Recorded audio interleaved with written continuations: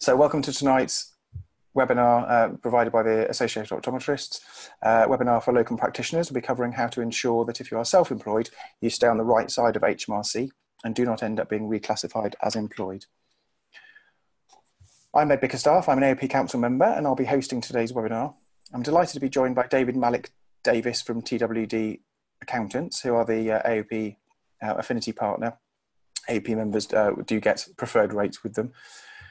The webinar will be running for approximately 40 minutes, followed by Q&As with the speaker afterwards. We will be recording this webinar and we'll let you know by email how to access it once we've uploaded it to the AOP website. This should be done within the next week. Just to confirm, there is no CET for this webinar tonight, but hopefully you'll find it invaluable for your locuming life. If you have any questions during the webinar, please can you use the Q&A box at the bottom of your screen to submit the questions rather than the chat box. The Q&A box purely comes to us at this end, therefore you can ask any personal questions or you don't fear that anyone will see what you're asking. We'll try and cover as many as we can at the end of the presentation, and if there's any technical questions, then we do have someone at the AOP who will be on hand to try and answer those and rectify any problems. At the end of the webinar, there'll be a brief poll to get your feedback on today's session, and we'll really appreciate this if you'll participate, as it can help us to develop our event activity moving forward. So without further ado, I'm going to hand over to David from TWD Accountants to get underway. Thank you. Thanks very much, Ed. Good evening, everyone, and welcome to the second in the series of our tax and accountancy webinars. One of the most common subjects I'm asked about by locum optometrists is around the issue of working regular days for one practice or more practices, and whether this is going to cause a problem with HMRC. Now, after the last webinar we did, most of the 100+ questions were around this subject, so today's webinar will hopefully bring some clarity to this fairly complex area. Now, as most of the questions were from locums rather than practices engaging locums, we're going to look at this subject from the perspective of a locum. But if you do run your own practice, you'll easily be able to relate this to your own circumstances. Now, I'm sure many of you are aware that the blanket purge of public sector contractors has been expanded to the private sector opticians practices who utilise locums. The expansion of the IR35 public sector legislation to the private sector is only really due to start in April 2020, and the Chancellor has stated that the measures he's introducing will not affect small businesses. Now, he classifies small businesses as those with a turnover of less than 10.2 million and less than 50 staff. So this should therefore exclude single practices and small groups of practices, but it's certainly, without doubt, going to affect the mid-sized groups with 20+ practices and the multiples. Now, having said that, we've already had quite a number of small practices contacting us after having received letters from HMRC, giving them a 30-day deadline to clarify the status of each of the locums they use. And given the penalties for getting it wrong are fairly punitive, irrespective of what Mr. Hammond has said about small companies being excluded, few small practices will want to take the chance of going up against HMRC, given the cost of doing so and the risk of losing. So whether you work for a single practice or one of the larger groups or multiple, the guidance you're going to get tonight should help you decide how to organise your affairs going forward. So if we start off by looking at why would you want to be self-employed? What's the benefits of that? And we start off, we've got a number of factors. Obviously, there's increased flexibility, the potential to earn more for the same amount of time. There are some potential tax benefits that could be gained, and it's possible to claim expenses that you couldn't potentially claim as an employee. And from your client's point of view, that's the practice you actually do the work for. They will obviously save on employers' national insurance contributions, which are quite expensive, and it avoids them having to pay sick pay, holiday pay, maternity, paternity pay, pensions, etc. So all the additional costs of employing somebody, they get away with by using a locum. So the benefits of being self-employed are not only to you as the locum, but they are also to the practice engaging you. And ultimately, where we're going tonight is that HMRC are losing out as a result of this arrangement, which is why they're challenging it. Now, However, what HMRC is doing when it comes to self-employment is they are using something called an employment status indicator to determine your actual status for tax purposes. So they're not saying you can't be self-employed. What they're saying is, how does it look from a tax point of view? And they're trying to distinguish between individuals who work under the control of and part of somebody else's business and those who go it alone and set up their own business, bearing total responsibility for the success or failure of that business. And it doesn't matter whether you are a sole trader or a limited company, and that's an important point here, they are both subject to exactly the same process. So HMRC is not looking at how you are trading as an entity. What they're looking at is, are you looking like either self-employed or employed? And HMRC will look at this on a case-by-case basis for each of your clients, or if you're the engager, i.e. the practice, for each worker that you take on. So no two cases are identically the same from HMRC's point of view. And when they're doing this, the courts and HMRC will consider a series of different factors to try and determine the employment status that they want you to use, and they will use case law where they can. Now, the important thing is when they are asking their questions in their employment status indicator is that you must answer those questions in the way that you usually work, not how the contract you've got with the client says you should work. So what they want to distinguish is between what the contract says and what actually happens in practice. And the engager, ultimately, your client, is ultimately responsible for deciding whether to engage you on an employed or self-employed basis, because it's them who is actually going to get into difficulties if HMRC decide that they don't like the arrangement that you've actually got. So let's have a look. HMRC's employment status indicator. It's going to use a series of questions to try and determine your status. But the interesting thing is it's not always going to be conclusive. So what we're going to do now is we're going to look in a little bit more detail at each of the areas that HMRC questions and try and understand those and how HMRC is using the answers you give to determine your status. The first question they want to know is whether you perform what they call office holder duties, i.e. are you a director or a secretary, company secretary, for your client's business? It's highly unlikely that that question would be relevant to a locum optometrist. But if you answered yes, it goes no further. As far as they're concerned, irrespective of absolutely everything else, you are employed by that client and you are therefore taxed as an employee. Now, I'd be very surprised if that's a situation that's going to affect anybody on tonight's webinar. So assuming you don't, you will move right on to the next section. And this section is incredibly important. And we will be coming back to this at a later point in the evening. And this is the right of substitution.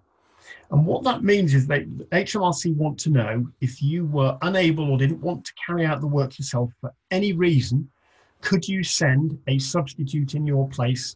And assuming that substitute met all the necessary criteria, which we're going to go through, i.e. they're equally skilled, qualified, they're security cleared and able to perform the same duties you perform.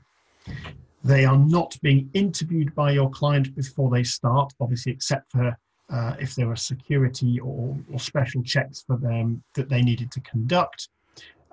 They are not from an agency or a bank of workers that your client is using or has used, and that they are doing all the tasks that you would have done in the time that you were working.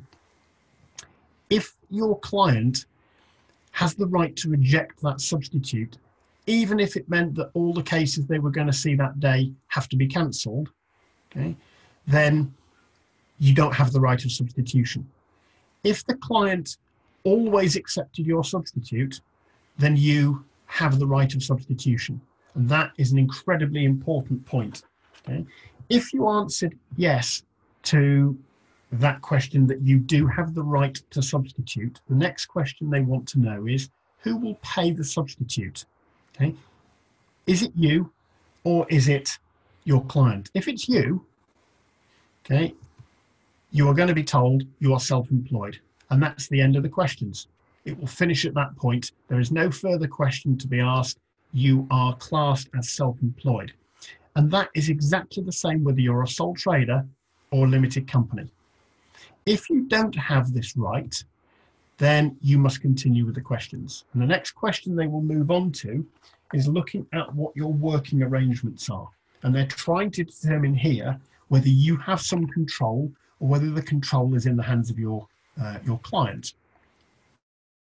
So the first question they want to know is, can your client move you to a different task than you originally agreed to do? And that can include asking you to move to another practice where you are needed, not necessarily the one you thought you were going to work at.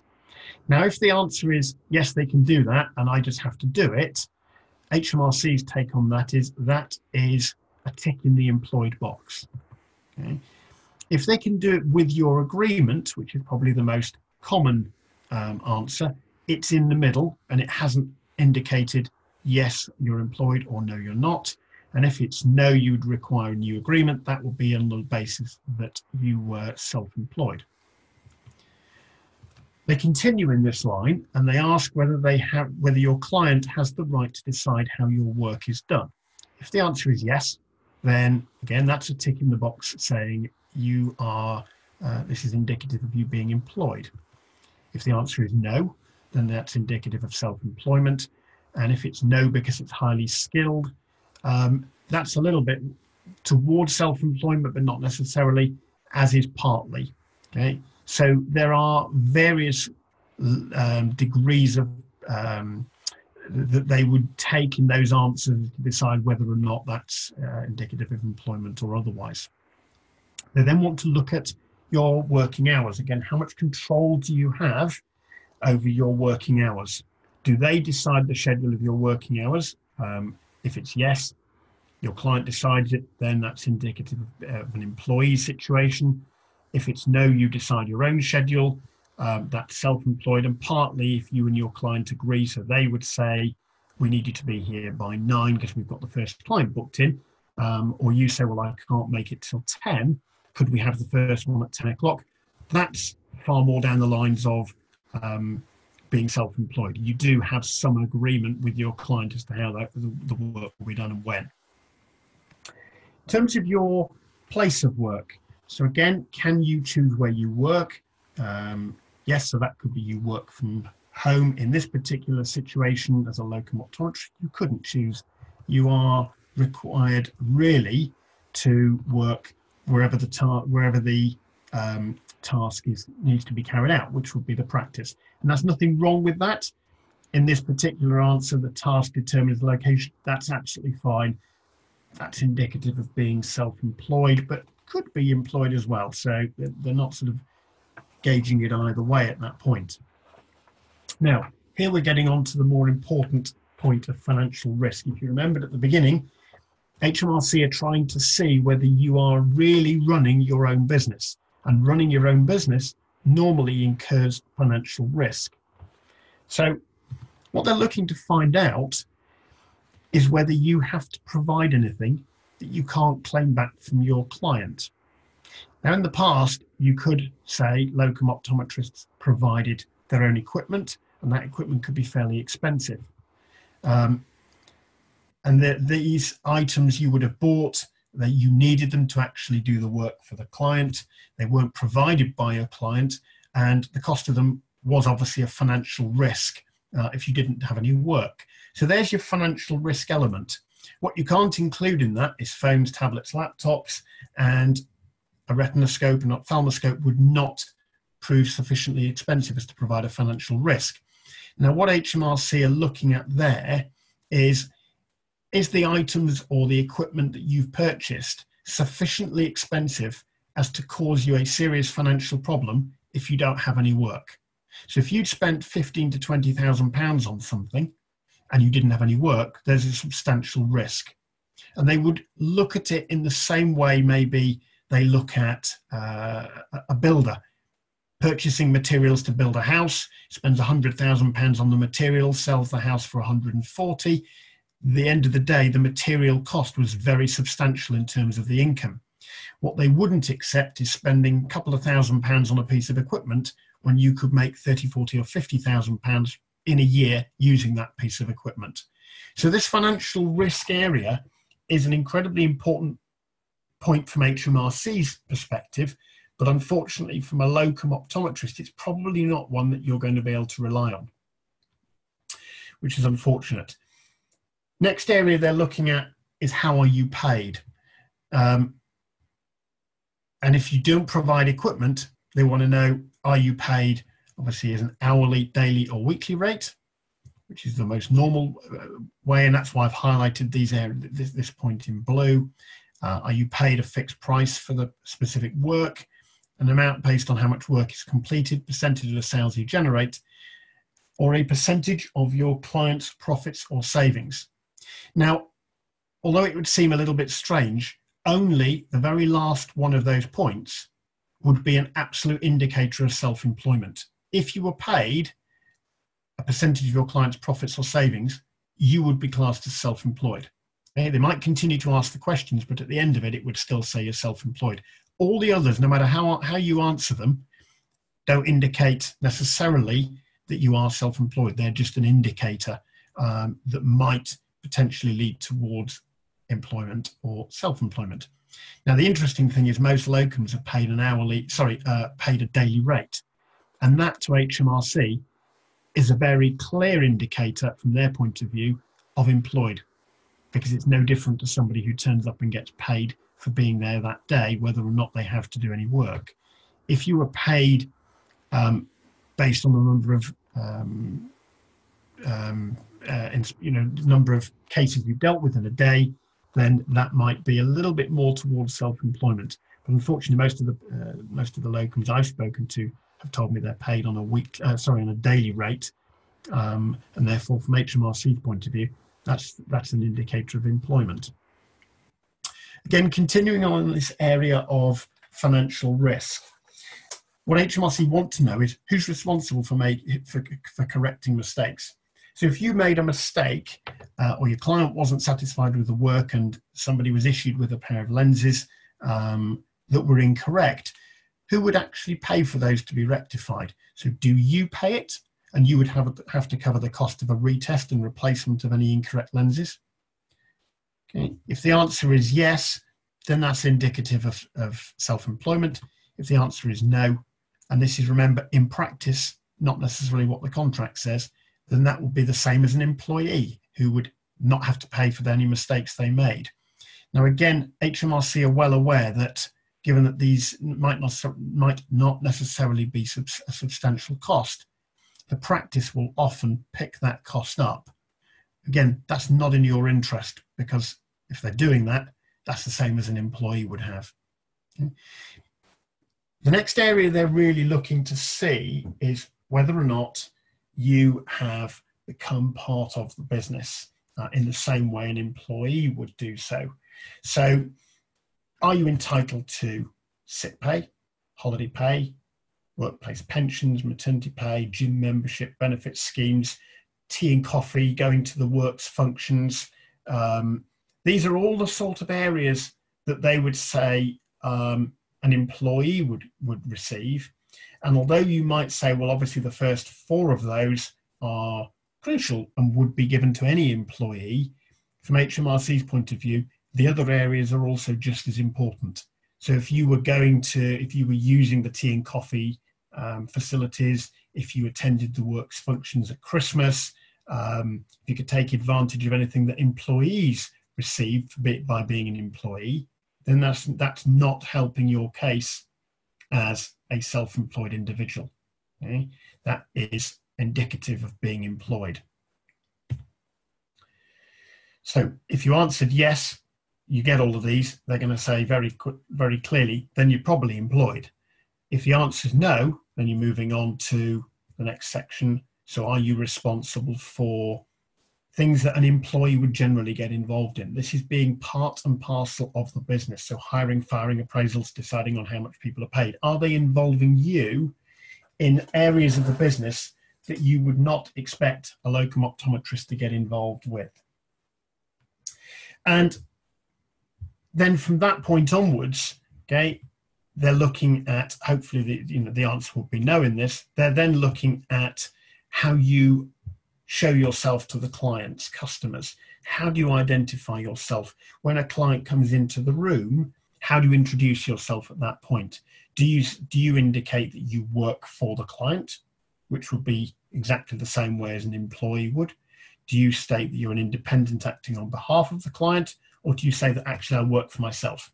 Now, the reality is most people wouldn't say any of these things, and they would just say hello and have some small talk. They wouldn't necessarily say anything along the lines of what you're seeing there.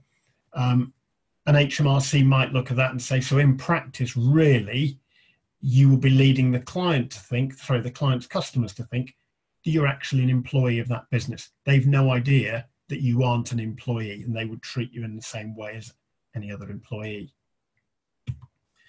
So on that basis, if you answered the questions in the way we've gone through here, and each of the blue questions was an example of how you might probably answer them as a locum optometrist, what you are probably going to see when you use their employment indicator tool is HMRC is unable to determine your tax status.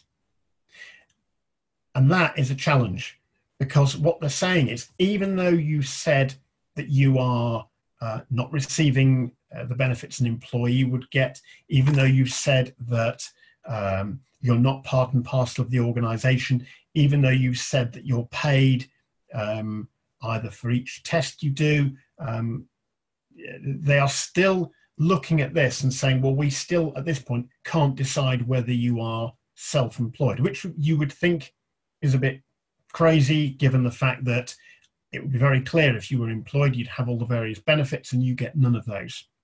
So from HMRC's point of view, if they're unable to determine your tax status through their their status indicator, they're going to look at other areas.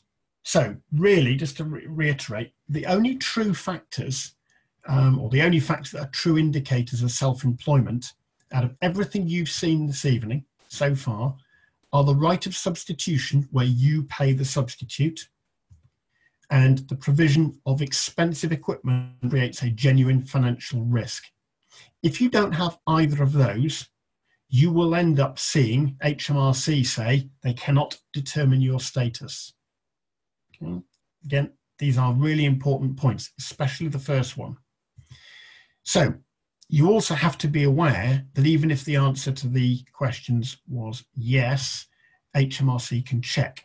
And your client must be able to confirm that they would accept a substitute irrespective, as long as they fitted the basic criteria. So you must be able to demonstrate that you would pay this substitute, and the substitute is not being paid by an agency or in particular your client. That's again really important, because what they're wanting to see is that you are effectively taking the risk and taking on the responsibility of providing that substitute for your client. So in reality, okay, if we look at where HMRC are going with this, HMRC are going to be looking at other factors to determine your employment status. So what I want to do is just look at some of those other factors. Okay, so let's start with the definition of a locum. Now, this is something that HMRC are very hot on, and it's something that is in their training manual for their own staff. And the definition of a locum, okay, so the Latin phrase locum stands for, or means locum tenens, which means taking the place of. And according to the Collins English Dictionary, a locum is a person who stands in temporarily for another member of the same profession.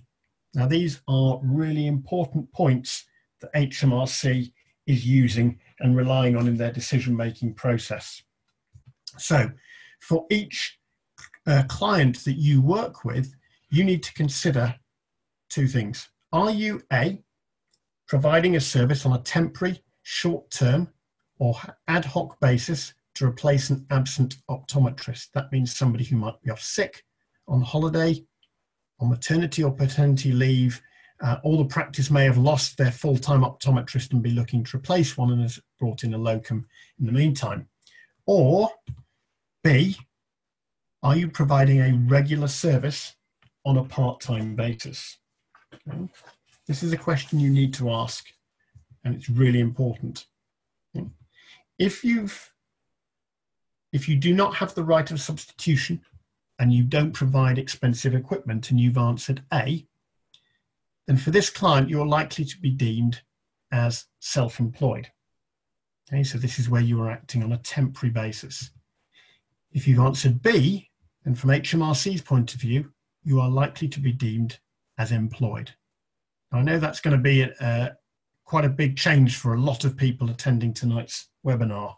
Okay, so let's look at how that could work in practice and what solutions you could come up with, because there are options. There are ways of making this work both for you and your client, given the benefits of being self-employed.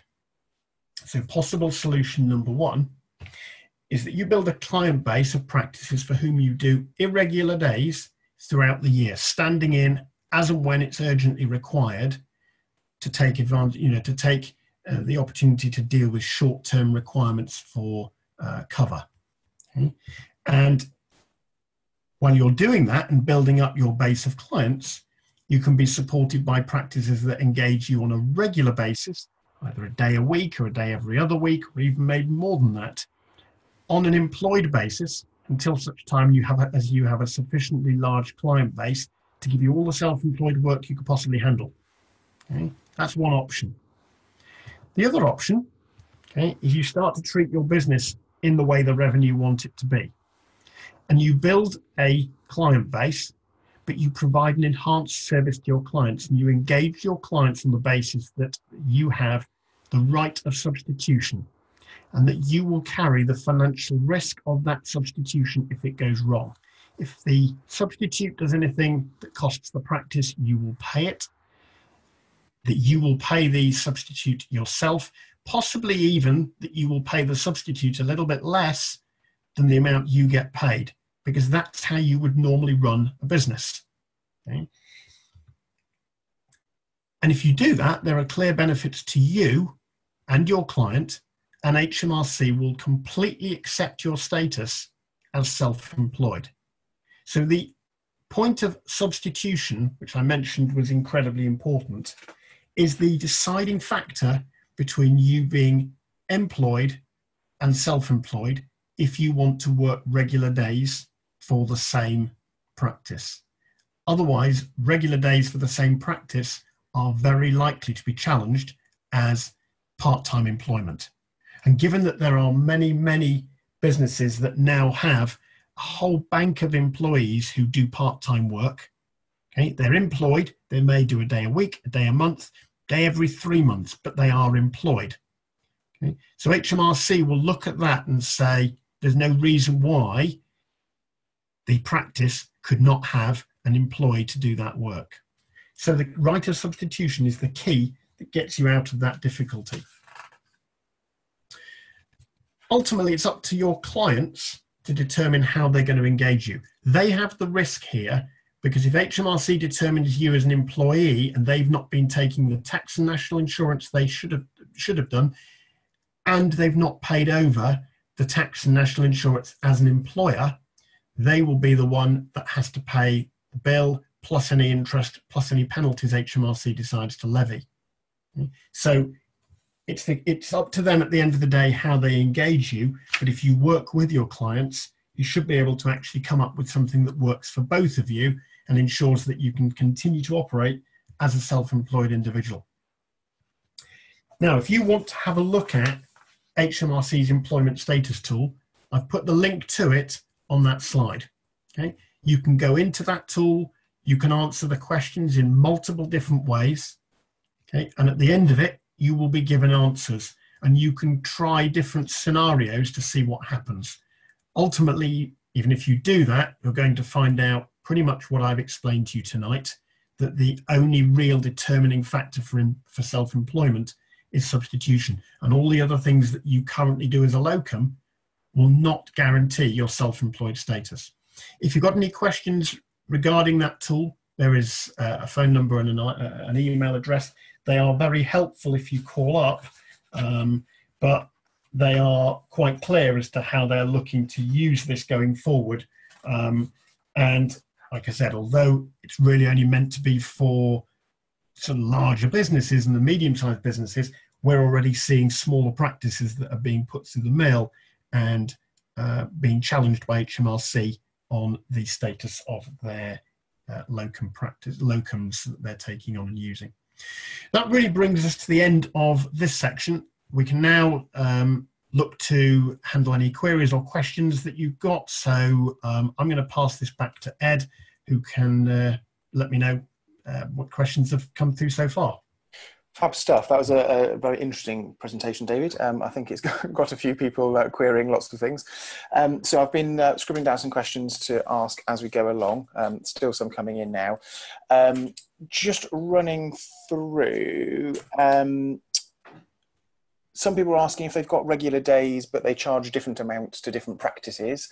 Does that help their case as being self-employed because they're not on the same fixed daily rate for everywhere they work? They're working at different rates in different places. Does that help their case? No. In a simple word, no, it doesn't, because HMRC would look at each case and how much you charge the practice doesn't actually come into it at all. Okay.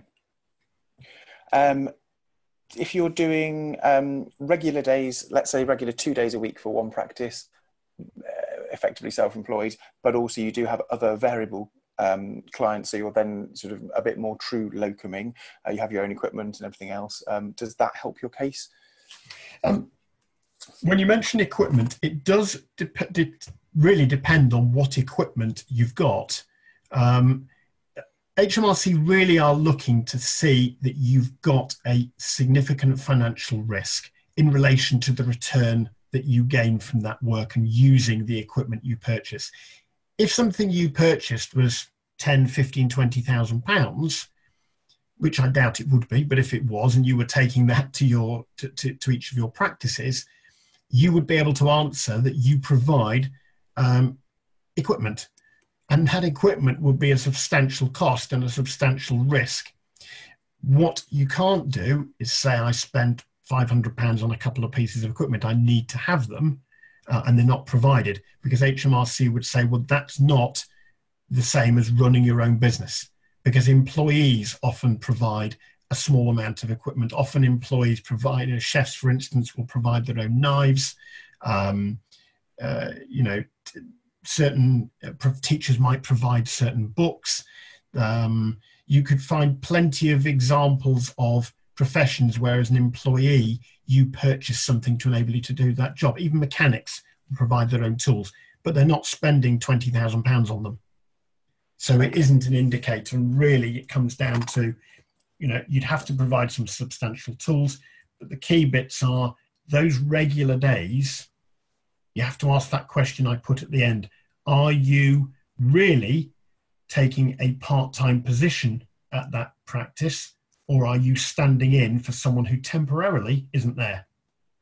Okay. Yes, that makes sense. So in the true locum sense, as we think of GPs, various people asking about sort of comparing to locum GPs. I suppose in their world, they don't necessarily do the same as optics, and locum GPs do tend to go in and just cover holidays and sickness and things. Am I right in saying Correct. that? And this is it. And when I had a particular conversation with a fairly high-ranking person at HMRC, and their description of it was, we discussed a sort of a typical practice and said, okay, so the practice is open 6 days a week. The owner's built it up. He was doing all of the work. He or she was doing all of the work, and they've decided they only want to work 5 days a week and have their weekends to themselves. So they bring in a locum to do every Saturday, and that's your one regular day. And HMRC's take on that was, well, that means that they've chosen not to do all the regular work that is there, and therefore there is a part-time role to be filled. And that is not a temporary part-time role. That is a full-time part-time role. Effectively, it's there every single week. It's a permanent because the owner chose not to cover the time himself. Yeah. Okay. So more that's a permanent position, but part-time. Correct. Yeah. Yes, it would be different if they said, look, for the next few months, I need to just do 5 days a week." But if it was a case of every Saturday or every Friday, there was a role for a locum and you got that role, that's the same as part-time employment. Yeah. Okay. There are actually, just with financial risk, someone did ask, does a car count as financial risk? Because obviously you need a car to be able to travel around to your different places. No, because HMRC would say you don't need a car. You don't need the car to actually do that work. You could use public transport. Okay, I assumed that was the case. I thought I would ask. So we've got various questions about substitution. We've got someone saying that if they have the right to substitute, but they've never actually needed to action it, how can they sort of prove that they have the ability to do it, but have never needed to help their case? Okay, so if the way I would suggest that was dealt with is if you knew that that's the criteria that actually allows you to be self-employed. And remember, this self-employed status is beneficial to your client as well. So if the client has given you, has accepted you on the basis of the substitution rule, it would be a good idea for you both to put it into practice so that both of you could say, "I have done this." Remembering that the client is the person with the biggest financial risk here. Yeah. So it is in your interest to say to the client, at some point in this year, we are going to use this, because if we are challenged on it, we need to prove we've done it and that it's been worked through and that I have paid them and I can prove everything. Okay. So the answer is do it. Right. Actually put it into practice and record it and show that it's been done. Okay. That makes sense. Yes. Okay, because this, although we're talking from a position of a locum, the practices have got just as much to lose, if well, in fact, a lot more to lose. Yeah. By you not being able to be self-employed. So they should be wanting to do whatever it takes to keep you self-employed. Yes. So, if you've got, sorry, apologies. So if you're sort of included in the rotas of your work, and they're sort of including you in the way they're thinking of how clinic's going to run and things, does that not help your case? No, definitely not.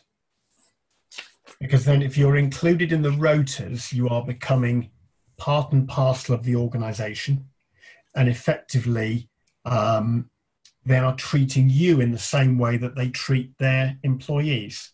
Yeah. And that they are scheduling you in on a regular basis. If that rota, if they had a rota and it was a 4-week rota and it showed, here's a session for you. Yeah. And it's because, such and such is on court duty, or such and such has to have a day's holiday this month. So you could do this if you were sort of filling in for employees being off on holiday. Yeah. And if they had enough employees, there would always be somebody going off on holiday. Yeah. So you could potentially do that.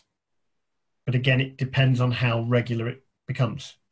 And could you do that for one company, or would you still need to split between different companies? Well, again, HMRC could look at this and say, how many people go into business and have one client? Most people who go into business continually try to build their bank of clients and improve their business. Yeah. So again, if you could show that actually I am actively marketing my services, I'm actively contacting organizations, here's my proof that I'm doing this. This is I spend half a day a week preparing letters and sending them out and introducing myself and working on LinkedIn or whatever it takes to show that you are trying to grow your business, then you've got it. It helps your case. If you just happen to work for one client, what they'll say is, well, you're just resting on your laurels. You're not really running a business here. Given you've got no financial risk, really all you've done is you've taken a part-time job. Yes. But you're not paying the tax that you should be paying as a part-time employee, so we want it anyway.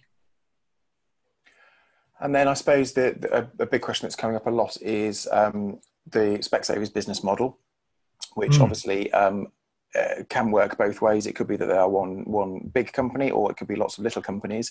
So if you are locuming, in inverted commas, for various different franchisees or various different directors, do HMR see that as working for different companies, or do they Totally. see Yeah. As long as they're not connected, as long as these directors don't happen to own each of the businesses, then you could potentially that could be challenged. But the reality is, as long as your client is an individual entity, the fact there is a joint connection somewhere further up is not really of that much relevance. So as long as that, Specsavers is just the franchise name, it's just the trading name, it's not the actual legal entity. No. In most cases. So they would be deemed as different clients. So yes, there's no reason why, if you could have, 30 Specsavers franchisees as your clients, and you've got a little bit of work from each of them. Okay. And as long as that's variable rather than fixed days. Yes. As again, the minute you start to do regular work for the same organization, you are opening yourself up to being challenged to being part-time employed for that particular client. Doesn't affect, every case is individual. So every client you work with will be looked at individually. Okay. And think factors that may deem you to be employed, or may deem them to think you're employed, things like the Christmas do. Someone asked, if they happen to go on the Christmas do but paid their own way, is that acceptable? The fact they're just socialising, is it only if it's paid for? Correct. You wouldn't, because an employee wouldn't pay to attend the Christmas do. The Christmas do, unless every employee had been asked to pay, say, £15 towards it, and you paid the same £15, then that wouldn't count. But if they'd all been provided for by the employer, or they paid 15 but you paid the full price, that would be okay. Somebody last time asked if I went on the Christmas do but sat on the other side of the room. But I don't think you'd be able to prove that's what you did. And I think HMRC would probably think it a little bit odd as an excuse. So I know this could probably lead on to a whole other webinar about limited companies and sole traders. But if you, let's say you're a locum, you've set yourself up as a limited company, you are the director of that company and you are the only employee, is that going to ring alarm bells with HMRC? No, not in itself. Okay, HMRC is not challenging the status of your business. So if you wish to be a sole trader, you can be. If you wish to be a limited company, you can be. But the questions they ask are identical of each one. So if you were coming at this from being a locum, but you are a locum with a limited company, all the questions we've gone through this evening would be asked in exactly the same way.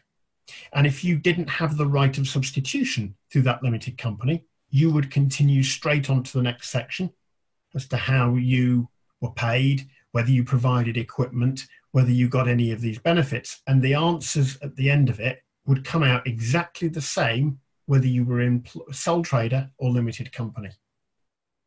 It really doesn't matter from HMRC's point of view. As far as they're concerned, they're looking at whether you should be paying the tax because what you're doing is effectively taking the place of what should be a part-time employee who would, as an employee, pay tax and have employers' national insurance paid on their behalf. If there's a company that's looking for an optometrist, they're looking to employ, they're putting out adverts and everything else, and you go there to sort of fill that space while they're still looking. That's not a problem. That's not temporary. A problem. Right. That's absolutely fine, because that would be deemed as a temporary engagement. It's no different, effectively, if you went to fill a role where somebody was away for 2 weeks holiday or 4 weeks holiday. That's what locum doctors do. And that is exactly what it's saying. It's a temporary role, and you could show it's temporary because you could say, well, here's the last person. They left on this day. We started, I started work on that day, and they're advertising, and there's the adverts they're putting out, and here's the interviews they've conducted. And okay, it's taken them 2 months to find somebody. So in that 2 months, I have worked every day for them because they didn't know how long they were going to need me. Okay. They could have found somebody next week. But if that practice then withdraws the advert and decides just to stick with the status quo of that locum, that's when it starts getting sticky. Oh yes. At that point, you would start to fall foul of these questions, and Yeah. straight away you would be deemed, I believe, to be an employed person. Okay. So, I mean, talking of the questions, some people are asking who needs to answer these questions. So I suppose it's really both you as a locum and the employer would need to sort of Correct. self go through them to check themselves. But at what point might HMRC start to ask them of you and start investigating? Really, the way HMRC is playing this at the moment is they are contacting the practices, because ultimately it's the practice that they're going to want to pay the tax. Okay. Because what the practice has done by taking you on as a locum is avoid 13% plus national insurance contributions on your income. Okay. Okay, so what they should be doing, what the revenue want them to do, is say, here's your wages and here's £13 to the government.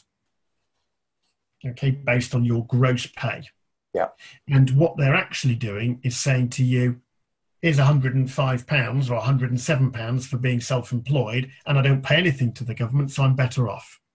You've got a little bit more money, I've saved a load of money, and I don't have on top of that to pay you for your days off, for your holidays, if you're off sick, so we all win. So should people be going and potentially talking to their employers if they feel that they might be in the position where the HMRC would deem them should be employed? Should they now be going talking to their clients that they're working for and have this discussion with them in case they don't know, or just to warn them that this is on the radar? The answer here is most practices actually are starting to become aware of this, because their own accountants will have told them and mentioned this and start to check and start to question the payments that they're making. And so they will have started to either get letters from HMRC or will be aware this is on the radar. The best thing really is to be ahead of the game. So it's in your interest to be discussing this with the client, with your clients, and coming up with a strategy that either says, we're going to go down this right of substitution route and protect ourselves, because there will be, HMRC will not challenge that. It is very clear cut. If you get that, you've got it. You're self-employed. You either go down that route or you say pretty much everything else is going to put the client at risk. And it's up to the client to say, okay, I don't want to take that risk anymore. I will make you self-employed. I will make you employed. Okay. Or to say, well, let's wait until we're challenged, and we'll just continue as is now, and the status quo doesn't change. Or to say, let's review it in nearer the time, because this in theory doesn't really come in until April next year. That's answers some more questions when that comes in. Yes, comes in April next year, but it's better to be ahead of the game. But they can look back retrospectively at arrangements previously or not? Yeah, yes. If you've put these arrangements in place, and you can demonstrate that they work as well, then there is no risk. And to be honest, really, if you were having this conversation with your clients, then it would be a positive move to say, okay, if we're going to go down this route of substitution, let's do it now. We're not saying we actually are going to do it, but at some point in the year we need to, but let's just get on with it, because there's no real risk of doing that, but there is a load of protection that comes with it. You can rest at that point and say, fine, we know what we're doing.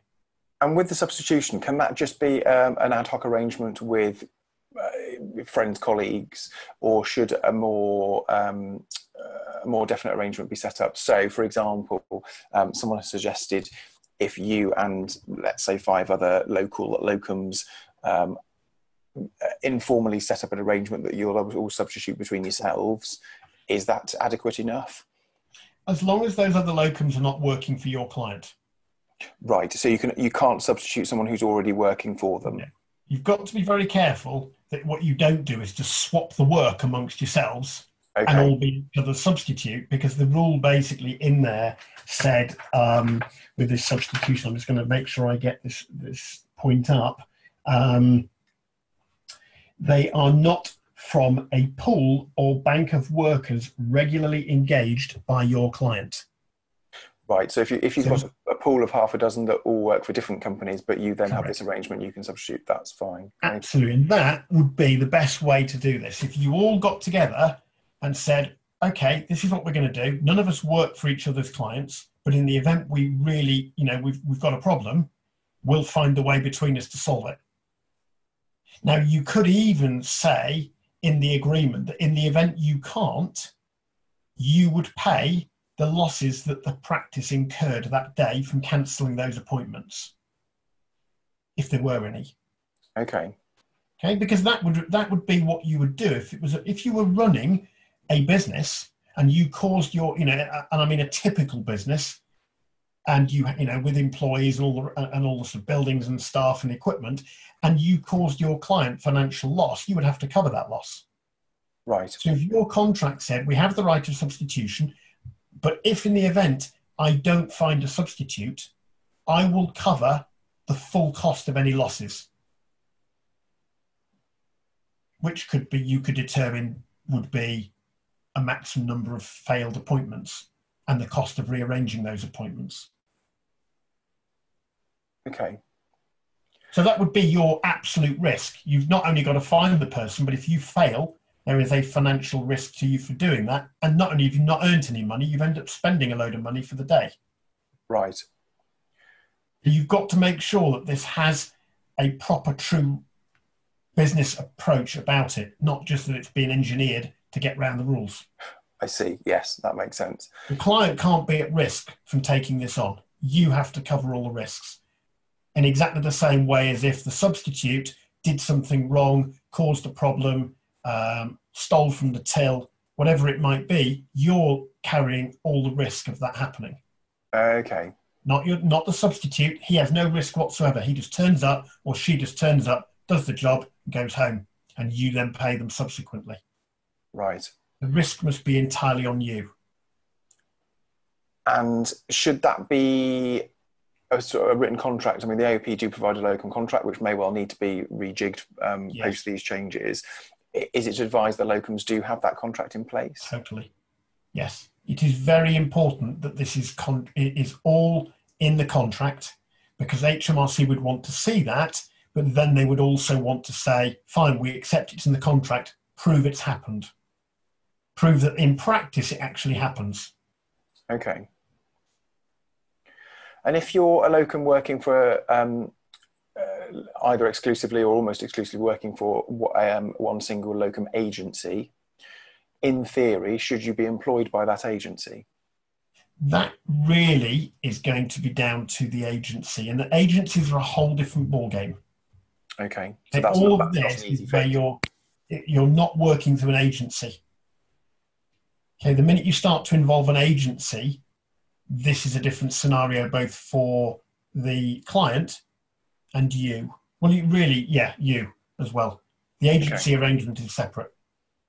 Right, okay. So if, for instance, you are working through an agency, the company, let's say Boots, for example, choose to use that agency, they provide an Optom, that Optom can't work, so the agency provide a substitute.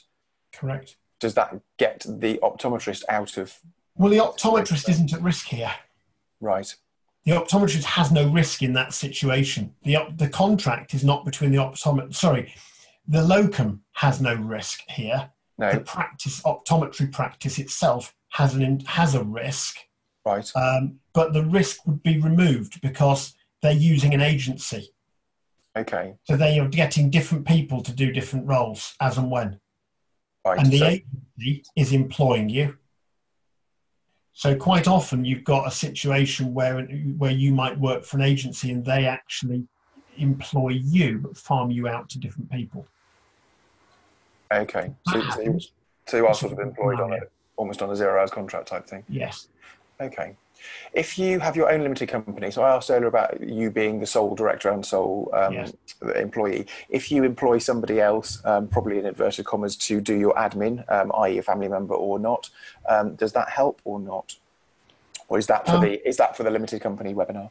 That's more for the limited company webinar. It doesn't help you. It really doesn't help your situation here, in terms of whether you're employed or self-employed. Okay, they will still ask the same questions. Are you taking the place of what should really be a part-time employee? Okay. And one final question then. Still with limited company. Oh no, I suppose no. One final wrap-up question then. What is your way forward? So if you are sitting here tonight and you're sweating profusely, thinking, well, actually, I am employed technically as far as HMRC are concerned. What's the best way forward as far as your employer is concerned and HMRC? Okay, the best way forward really is to have the discussion with your client or your clients who are providing this regular work for you, and establish how they want to go about this going forward and look at the options. They have two options really. They either take you on as a part-time employee and pay you a different rate, which will be less than they were paying you previously, obviously, because they've now got to carry a load of extra costs. Or you come up with this arrangement and say, okay, if I provide a substitute and you accept my substitute and we agree that they will fit this criteria and that I will pay them, and that if they do anything wrong or cost you anything, I will cover those costs. And if they don't turn up or I fail to provide one on the day, I will cover your losses. Okay, if you agree all of those and the client accepts that, you've got your way forward. You just put a new agreement in place that actually covers those points, and you continue working exactly as you are. And at that point, HMRC cannot question it. Okay. Good, that's fantastic. Many apologies to the participants. There are still nearly 100 questions that we haven't got around to asking, which just shows the level of interest. And I think anyone who took part in the previous webinar, which was a bit more general, this has now been taken to a more specific subject, and we'll be looking at running more webinars in the future with other subjects. For instance, hopefully with limited companies versus sole traders. Will be circulated, after the webinar with a phone number. Dave is very happy to take phone calls from you. This week, for instance, he's in the office on Wednesday and Friday. So do please call him. AOP members do get a discount on the TWD accountant service for sorting out your tax. And no doubt they'll save you quite a bit of tax, and you'll end up quids in even having to pay their fees. As you'll see on your screens now, there is a feedback questionnaire. I'd be really, really grateful if you could just very quickly feed that back to us, just so we can improve our services for the future. It'll just take a couple of seconds just to do that. As I say, the whole webinar will be emailed out to you, or a link to it will be emailed out within the next week, and we will forward you the contact information for David. I'd just like to extend thanks from the nearly 300 people listening. Our thanks to David for a very informative presentation, and has raised a lot of questions which no doubt people will need to seek answers to. But also thank you ever so much for the participants to asking all those questions, and apologies again if we didn't get around to asking them. Hope you found it as useful as I did. Thank you very much for listening, and good night.